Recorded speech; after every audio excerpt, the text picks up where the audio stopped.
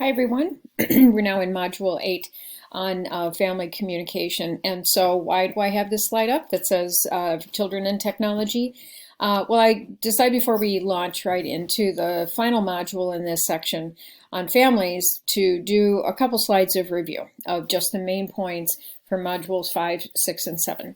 So in 5, we looked at children's use of technology and especially our interest in use as it relates to children's development and hopefully their use in ways that promote children's development.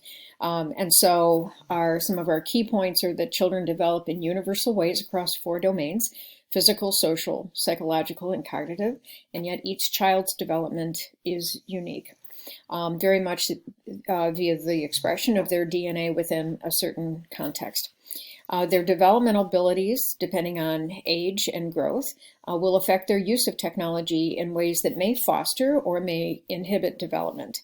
And our question, especially when we were looking at smartphone use and cell phone ownership and things like that, had a lot to do with children's responsibility. And depending on how old they are, their own development and maturity, their ability to be responsible, not just for a physical device, but what that interactivity might mean. And we look at different categories of ways that children, or all humans really, are involved with technology and the ways that they can have positive, negative, or possibly neutral effects in terms of interaction, displacement, and exposure. And I had given you the acronym TIDE or EDIT or however you want to spell it, but with technology, and then I, displacement, and E for exposure. And then finally, in terms of children and technology, we look to groups like the American Academy of Pediatrics, places like Common Sense Media, others that are that have compiled the research findings and offer guidance to caregivers and to children related to healthy use. Our next module, in Module 6, had to do with parents and technology. And in this case, we're thinking about adults mostly who are parents, and the ways that they use technology to parent, to support themselves as parent, and the role that they play in parenting their children about technology. One of the big things that we know about parents, just like all adults, like all of us users, is that parents' own use of technology varies greatly. It varies greatly depending on attitude, comfort, access, interest in using various devices, purposes for being social, joining groups, gathering information. Okay. And we root a lot of our interest in parents' roles using technology in basically their caregiving roles for protecting the child, for nurturing the child's development, and occasionally being an advocate for the child. And this was that pyramid that I shared. And again, the 3 different ways that we are interested in the ways that parents use technology.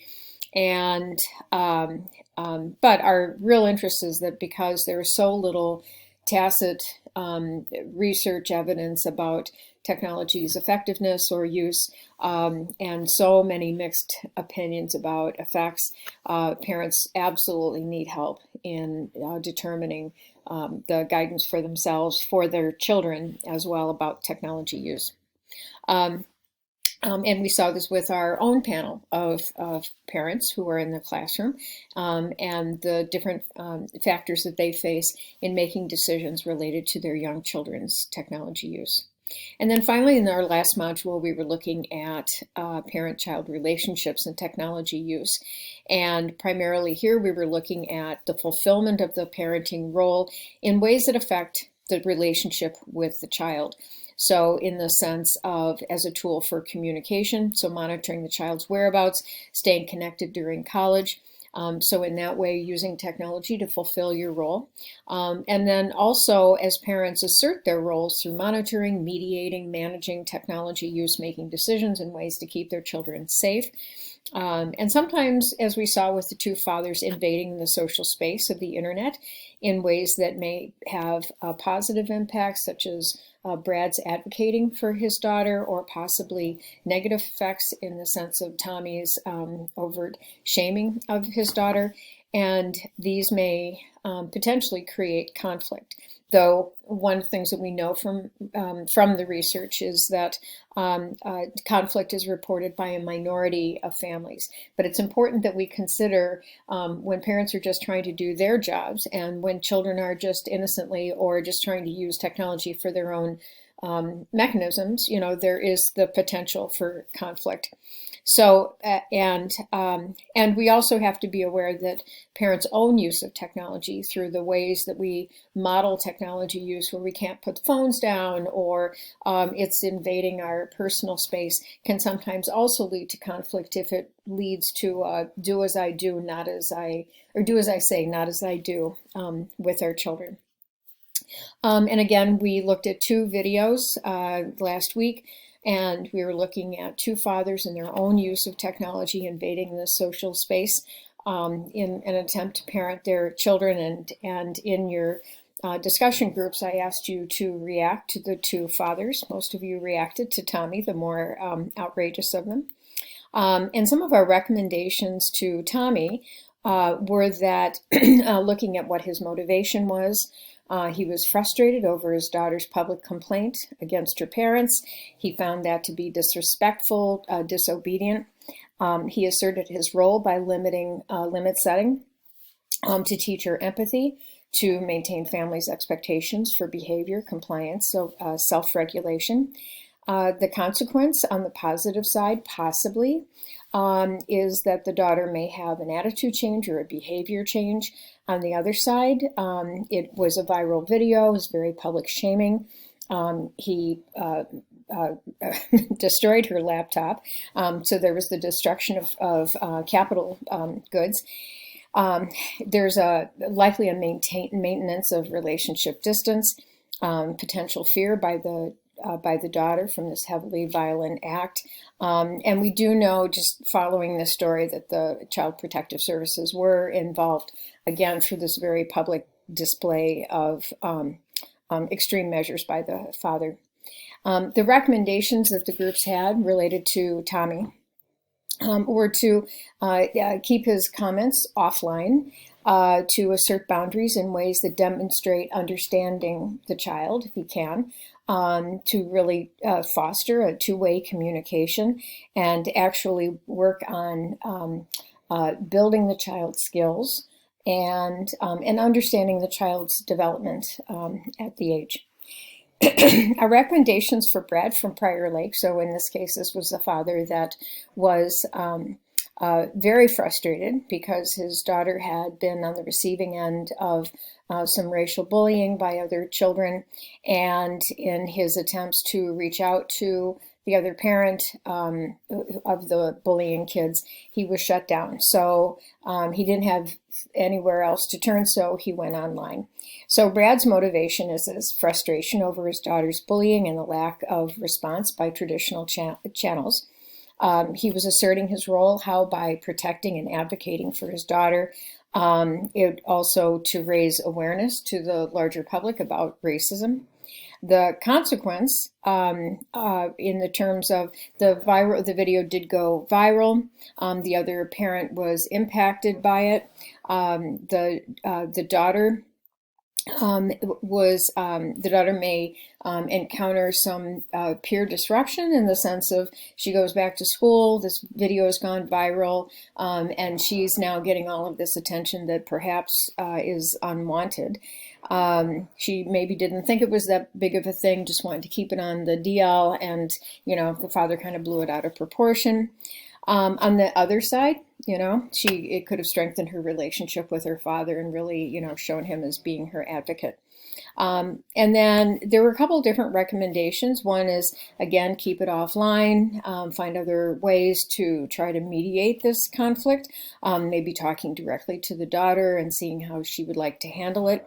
Others found that this was an effective approach, and this was a very nonviolent approach to bring others into the conversation, and possibly to get the attention of a school district that is otherwise trying to stay hands off.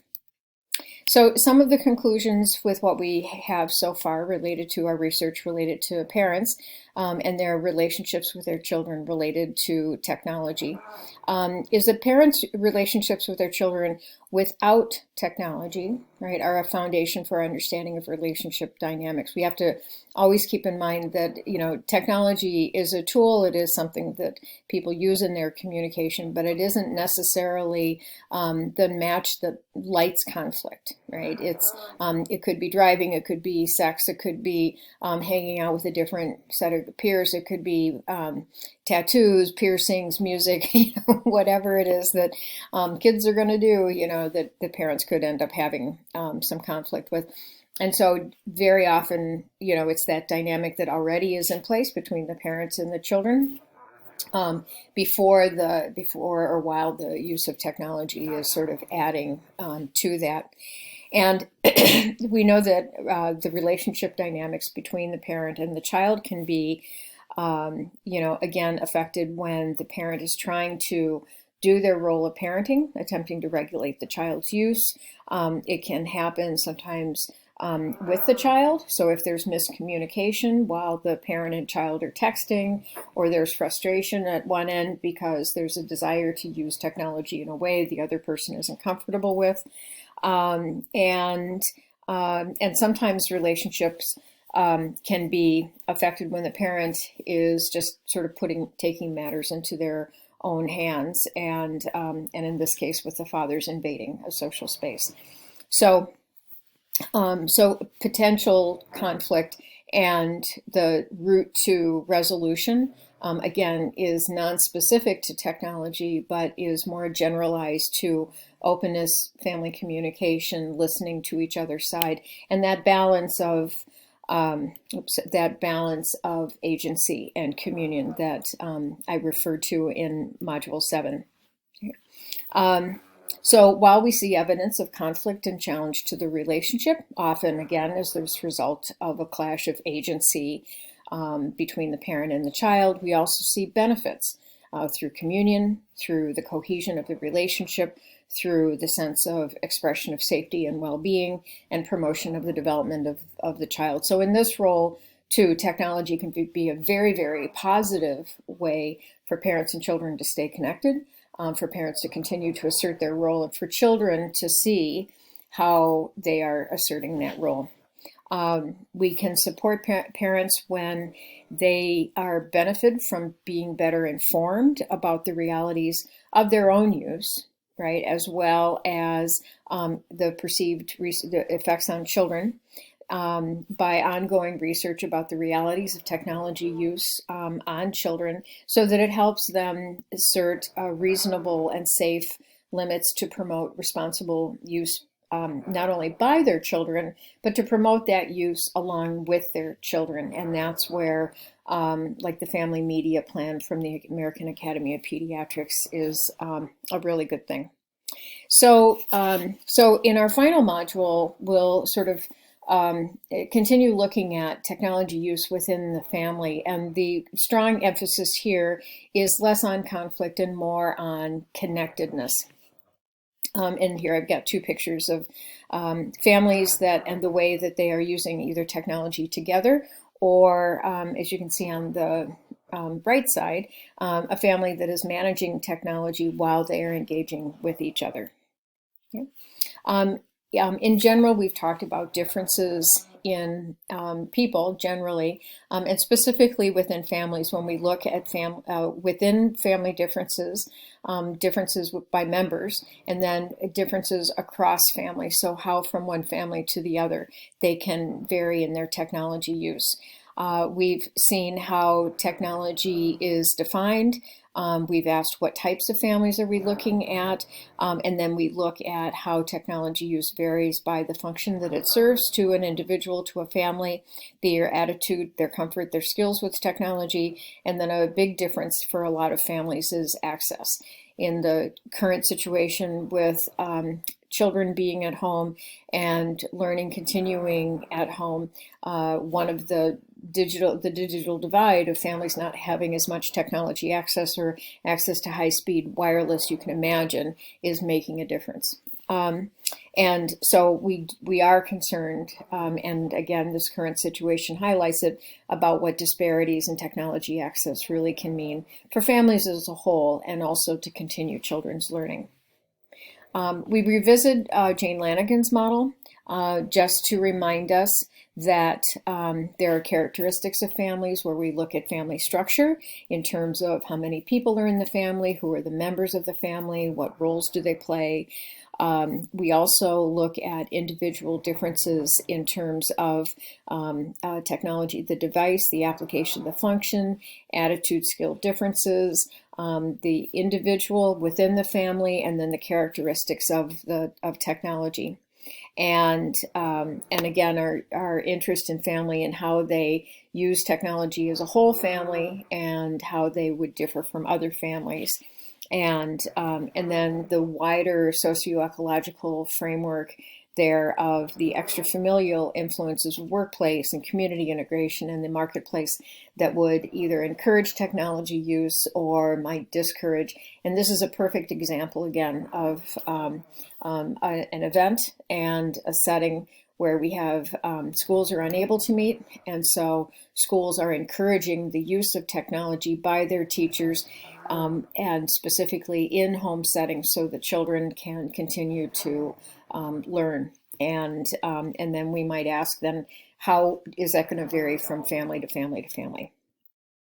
And again, some of our differences in terms of technology, attitude, comfort, and skill, we see that it's going to vary in terms of how ready or how prepared individuals feel to be using technology. So are they unprepared? Are they more traditional learners? Are they reluctant?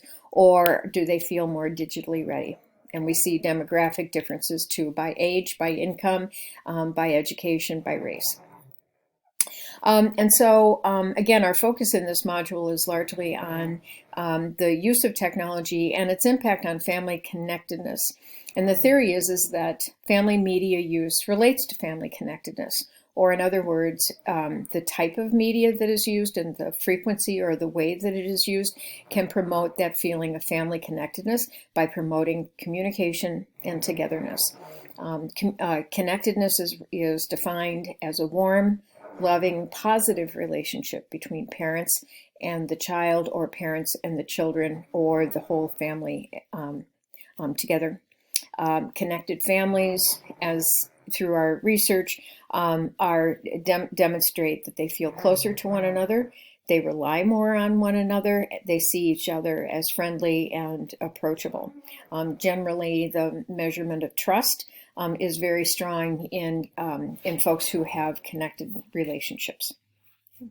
And then if we consider technology in that picture of connectedness, so we have, our operational definition of connectedness, and what does that look like in terms of attitudes and behaviors. But then we would ask, in what way might technology fit into that? So is it by the type of technology that is used? Is it by the media behavior in terms of using technology frequently? Or the quality of internet connections?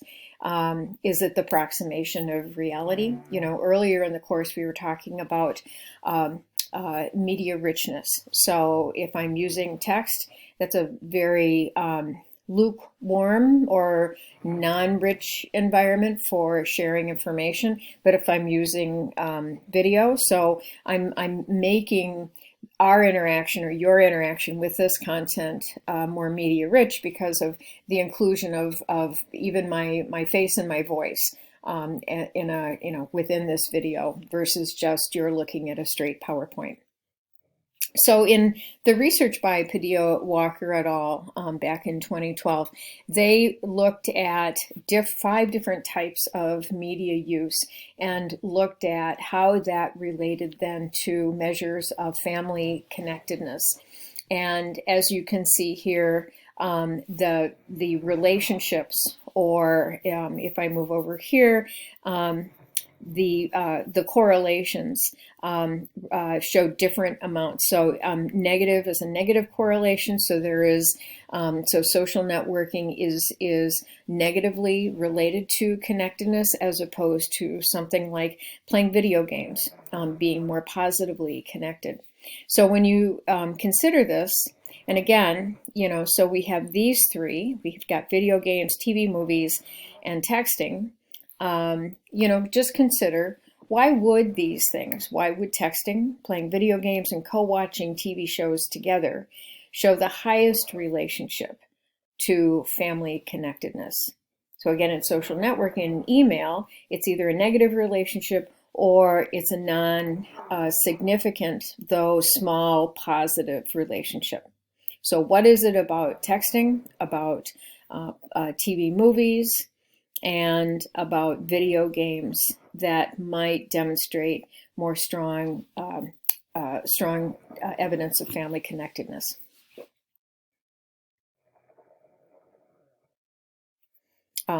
And if you've been thinking about that, just consider that they are interactivity, right? So in each of those cases, it is a give and take between 2 people. It's the sharing of information. It's listening. It's being attuned. It's responding to the other person. And through in that responsivity, there's a stronger likelihood that connections are going to be formed, versus the asynchronicity of sending a somewhat formal email, right, and waiting for that email to be responded to. In the Carricker chapter, she also writes about different types of families and the use of technology and related to their feelings of connectedness. So transnational families, divorced and non-custodial family, military families, extended family, the connections with grandparents, commuter parents. And again, this is a kind of a nice incubator of a situation to really consider the role that technology is having to maintaining those feelings of connectedness to your family members. As we are all more socially distant, we can't have physical proximity to each other. We can imagine more what it's like for families who maintain those connections, but they are in other countries, in other cities, for a military member who might be deployed. And yet, Carricker also noted that the Prentice and Boris phrase, that technology may also be the antithesis of intimacy. So in some cases, it does help to bring people together, but in other cases, even though technology is available, it can feel relatively frustrating that we still can't be close. And perhaps, again, you're experiencing this if you're maintaining connections with others through video chat and that sort of thing, that at a certain time you just pause and go, but it is not the same, right? So it's the antithesis of intimacy. At this point, I'm going to play a short video from of a news clip of military families, and this gets a sense of the potential for connectedness between a deployed member and his family, and you can also somewhat empathize with the deployed member and with the family members that possibly this connection may have its limits.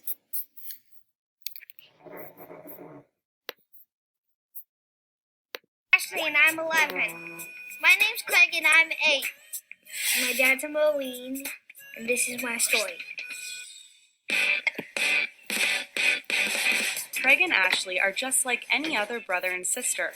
They like playing with toys, dancing, and just having fun. Like other military kids, they have a parent, far away from home. My dad's a Marine and he flies helicopters. He is in Djibouti. Djibouti's in Africa and it's really hot. My dad's a hero because he protects me. He helps protect our country. When my dad leaves, I feel sad. You've been gone a long, long time.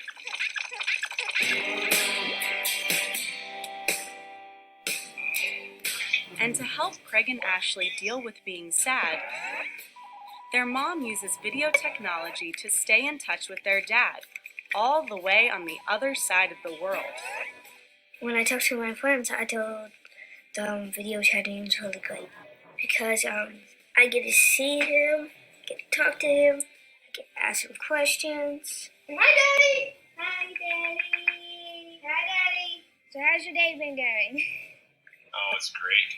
If you talk to him on the phone, you just talk. But when you talk on the computer, you could talk to him and see him.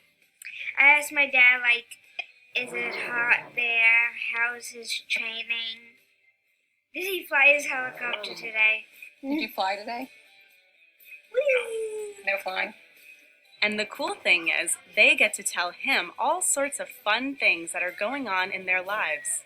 He asked me about sports, video games, and stuff like that. It's really great to see his face.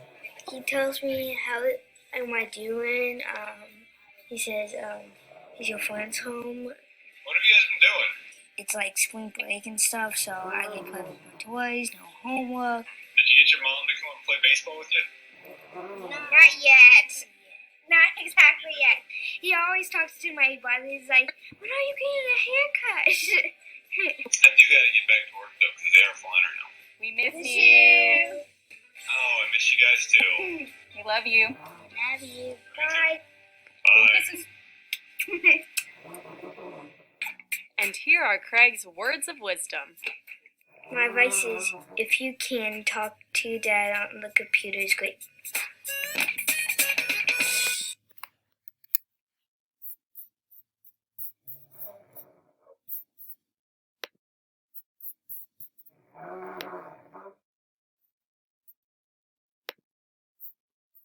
Okay, well, hopefully that you're able to watch the whole thing. I also have the link in the Canvas module, and you can watch that. And again, so ask yourself as you watch that or reflect on it, to what degree does the video technology facilitate the family sense of closeness, and possibly challenge the family sense of closeness. And remember, when we're talking about the family, we're talking about all members of the family, but we're also talking about subsystems within the family. So the mother and the father and the daughter and the son. Okay. There is also research looking at that, is it the media type? And so, in the earlier research, they were examining the different, interactivity and the types of technology, and in this case, they're looking at the behavior with the technology, and the questioning that if you were using something like email or cell phoning, with distant relatives, would you using it more frequently, would that be an indicator? Is that related to closeness? And in fact, what they found was that it's not necessarily using it a lot. It's really more who you're with. So people use technologies available to them to fill the niches in which they believe they are the most useful. And so if it's not that you're calling somebody all the time, or that you're video chatting alone, it could be that time that you hold the person in your head and they're very fun and you don't need to talk to them all the time, but the time that you really need emotional support. And so that's what they mean by filling the niches. And depending on the role that that person has in a family member's life, they're going to fill different niches. They're going to hold different roles. One of the ways that we've seen this with parents is that different types of family members, different types of technology will be used more. So more immediate types of technologies will be used with children. So here we see text messaging more popular, more frequently reported with children, whereas with extended family, something a little more distant like email or social networking, where it's less immediate, but they're still using it to stay in touch. So again, it's that idea of complementing the needs for emotional closeness. So again, it's coming in more close into view of the dynamics within the family and the roles within the family, and the selection of specific technologies and the behavior of specific technologies to fill those roles. And again, finally, the using families to help use technology together constructively. We do have the American Academy of Pediatrics Family Media Plan. I have the link there in Module 8. And if you would like, you can play around with it. Another feature of this is that it not only is creating a plan, but it also gives family members a number of guidelines that they can even begin to consider, like the amount of screen time or where screens are placed, or the types of programs that are watched, or is it okay for parents to be monitoring kids' accounts? So even if a plan isn't created, the checklist in developing the plan can also be a very useful learning tool, as well as a good teaching tool for professionals who are working with families and helping them have guidelines. And then this idea of family connectedness as well. Another issue or another example of this is with family gaming. Playing video games together. Research really does support that when families play games together, they show a greater degree of connectedness. And parents will seek guidance on the types of video games that their children play or that they play with their children from places like the ESRB, also Common Sense Media that I've referred to. They'll also do ratings on various games. And in the research with parents and families on playing games together, you'll see here at the bottom, and I know that number 5 is cut off, but why parents play video games with their children. Well, one is because it's fun for everybody. It's a great thing to do together. It's a good opportunity to socialize with my child. The child is invested in playing this game and has an interest, and they've asked the parent, or they enjoy spending time with the parent. It's also an opportunity for parents to monitor what their children are playing, the images in the play, the exposure to potential violence or language, or even just monitoring the child's behavior. If you have a child who is somewhat triggered by certain scenes, or a child who is, say, on the autism spectrum, or has attention issues, the parent playing along with the child can also be a great way to monitor just what that engaged activity means to the child's own response. And then finally, I enjoy playing video games as much as my child. So the nice thing when it's shared, and you saw this with the Nowotskis, is that this isn't an activity that a parent is doing because the child is interested. The parent has a genuine interest in it as well. And so we do see with some of the research on gaming that it's a very positive, interactive activity for parents and children in terms of their connectivity, but that it's one of those reciprocal activities that both enjoy. They're doing it together heightens the enjoyment for both people, and it is something that individually they enjoy as well. And then we'll remind ourselves about the Nowotskis. And this was a Christmas card they sent a few years ago. And so with the Nowotskis, and we think about the concepts of cohesion and connectedness, I do want you to reflect back on what you heard as you observed the family, what you might have heard and observed as you listened to their interaction on the podcast, in terms of how is it that doing this podcast together relates to the family's level of communication, their feelings of closeness and connectedness, where might there be some potential, all families experience conflict, right? And so as these kids are developing and they're doing this podcast with their dad, what is some potential for conflict, and what role does flexibility play in helping the family maintain their sense of cohesion and connectedness? So consider the Nowotskis. And then the final piece on this module is about efforts to help families sort of move away from technology and spend more time together, and that is around the dinner table. A few years ago, Common Sense Media did research related to families using technology and or what they would call device-free dinner time.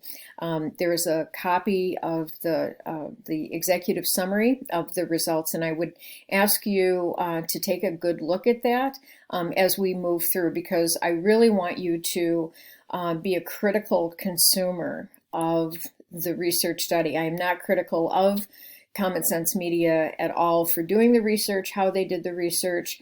But it is a good example that when research results are reported, depending on how they're reported, they can be misconstrued. So we can imagine that the family's perception about the value of having device-free dinner time as a result of the data from this report would say something like, based on a news release, CNN reports that 51% of parents report that having devices at the dinner table makes them feel disconnected. And 35% of parents report that they, meaning the devices being available, cause arguments. Okay, so as you reflect on, those are pretty sensational headlines, right? And you would look at that and you would think that technology is really evil. And so if you take a look at the results, I want you to see if you would agree with not the numbers, but with our interpretation that these numbers are sensational. So I'm assuming you've had some time to look at it. So a few considerations. So one is that while the research company that was hired by Common Sense Media, very likely they followed rigorous protocol in the sample selection and the data collection. One thing to consider is that they included families with a very wide range of children's ages, from 2 to 17. And as long as the family had one child in the household, they were included in the study. And so you can imagine the vast difference in a family household if there's one child in the house that is 3 years old and there's one child in the house who is 16. Okay. And then take a close look at the subsample sizes as different percentages are reported. There was 869 in the total sample. One of the questions then related only to those who had devices, so that eliminated some of the sample. Some of the sample was eliminated from those who eat dinner together at all in the last 7 days, so that brought it down to 770. Less than half are included in questions related to using technology at dinner time. So a lot of the reported results when we're looking at these big percentages of 51% and whatnot are based on not the full sample of 869, but it's based on 362 people. So the reported results are actually much lower if you were to look at the full sample. Okay.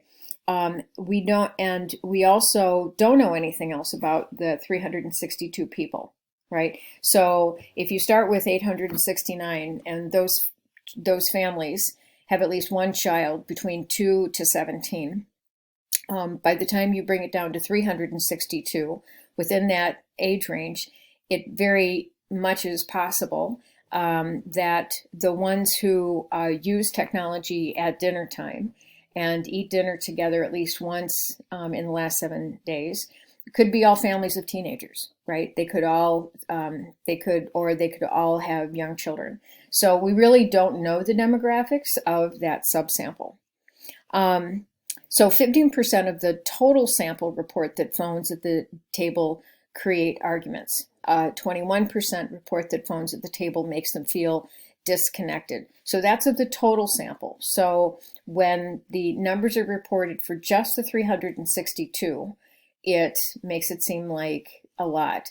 But if we pull that out and we're looking at the total sample, we see that the actual percentage is much, much smaller. The value and reality of mealtime, 94% or 61% of the 807 who reported extremely important, or the 32% who reported very important, but only 19% of the 807 report that dinner time as the time most spent talking with their children.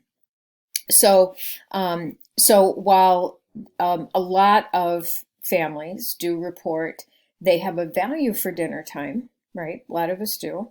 The reality is that a very small percentage, only 19% of the total sample, reported that when they have dinner together, that it's the time that they would talk with their children.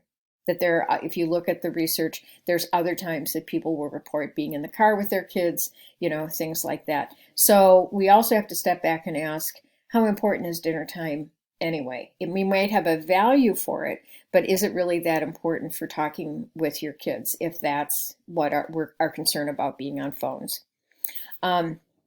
So just some general guidance when we see these big headlines about technology use and its impact on families is, one, look at the research method and especially the sample. Again, how representative are they relative to the groups that you believe might be most effective and the groups that you're interested in. Look at the reported numbers. So even if it says that there was a large sample, by the time they asked a very pertinent question and screened out people who said no and they weren't included in those responses, do they reflect the whole group, or are they reflecting a small portion of the group? And is that small portion different in some way from the whole group? And in this case, from the 362, we don't know. If we knew more about that 362, it might skew our interpretation of those figures. So as we look back at technology use within the family, again, we reiterate that a family is not a family is not a family. And so while our interest is on connectedness and cohesion and communication within families, right, we can't lay on technology as being a one-size-fits-all for families. And so to interpret the cost and the benefit of technology on family processes, we have to understand those family processes first. We have to understand the culture of the family, the relationship dynamics already in the family, and then we can start looking at the tools and the techniques and the behavior with technology that might foster that connectedness. But our growing understanding of the pros and cons of technology can then help us better reinforce recommendations for positive use.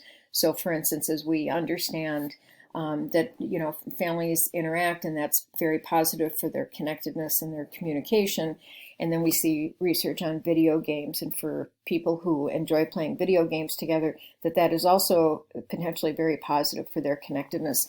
It would be an easy recommendation for, say, a pediatrician or a family therapist to make to a family to maybe give video games a try if the family is looking for ways to engage one of the kids' interest in technology and yet do something together as a family. And so with that comes to the end of Module 8, and it also comes to the end of this section on children, on parents, and on family technology use. I hope you've enjoyed this slide segment. The readings, the additional links to the Common Sense Media report, to a cute video of the Device-Free Dinner Time campaign with Will Farrow. Those are all in the module. So please let me know if you have any questions, and I will look forward to reviewing with you online.